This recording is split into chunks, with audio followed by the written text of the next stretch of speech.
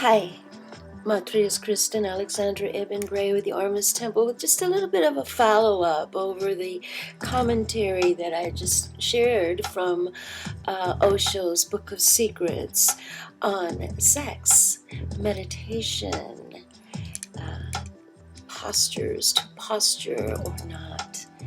In that reading, we picked up a lot on the insignificance of postures. It's how Osho opens with this response to his question. And then he goes on and talks about missionary style versus its opposing complement, in which where the woman is then on top of the man in the sexual act, obviously showing a great preference for the later stated, the woman being on top of the man. I just want to point out that in taking in this information, it's good to keep in mind who Osho's audience was when he was delivering that. He was obviously talking to the modern Western mind. He talked about indigenous people, and he used the word primitive. I would prefer to use the word indigenous because from my perspective, and I'm only sharing my perspective and not trying to have an influence on you, just sharing. But from my perspective, there has been repeating technical civilizations advancing on this earth many times. And what we call primitive now, I prefer to call indigenous, because these are people who are still practicing some of the spiritual sciences and arts of an earlier time. It's all it really means.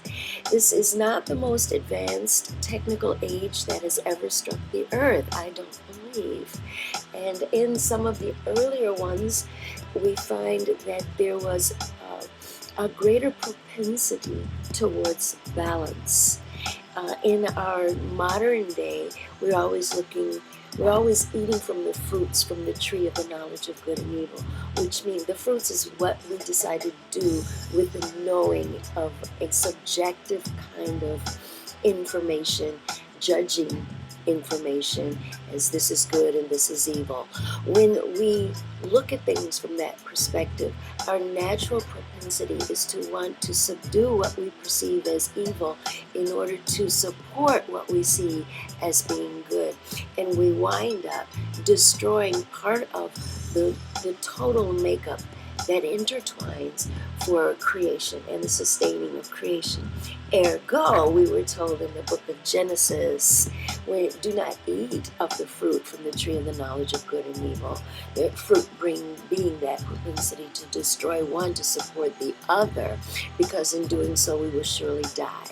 And of course, we know that story. If you apply that ideology to an energetic wave, it requires two charges, a positive and a negative, which intertwine. And as they do, they create the life current. But if you were to judge one of those currents as being bad and the other good, and then eat of the fruit, or other words, follow through with the propensity to destroy one to support the other, and we say we knock out one of those charges, what happens to the current? It dies.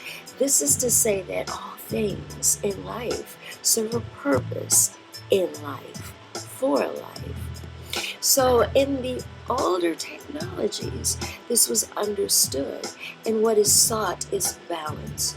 So I want to just apply that ideology to the sexual position, whether to go missionary or whether to not go missionary. My suggestion is that if you are accustomed to the inferior superior perspective of the Western mind, in which the man is superior, the woman is inferior, one must be superior, one must be inferior, then you might want to try changing those roles around. And I'm also speaking to the various sexual orientation friends that we have. I don't know if I said that right, but friends of varying sexual orientation. How about that?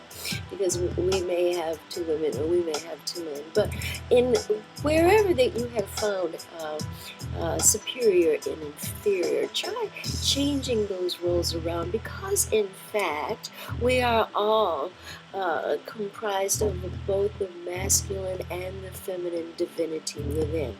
We are expressing both. Some of us are predominantly female in our female bodies. Some of us are predominantly masculine in our female bodies. The same thing for masculine bodies. Some are masculine in their masculine bodies, and some are feminine in their feminine bodies. So with this in mind, I'm not trying to alienate anyone, because Tantra is all-inclusive. And in fact, the theory that I'm sharing with you is an all-inclusive one, in which we are able to discover balance. Balance is key. One thing Osho does talk about that I very much want to reiterate is the need to find surrender, to allow. So in your allowing, your positions may change. You may be on top, you may be underneath, you may be standing straight head to head, you may be standing head to toe. There are so many things in many positions in life to explore. But I think his major point is allowing surrender into the now to take over, so that you're not in a rehearsed or a prefixed mindset while you are engaging in lovemaking. Lovemaking can better be even termed love creating, energy creating, spirit and mind creating, spirit and potential creating, energetic vibration and intelligence creating. And what they create is an expression of their unity. They're coming into oneness. So relax and allow it to happen. Once again, I'm Matreus KRSTN Alexandra Ibn Bray with the Ormus Temple.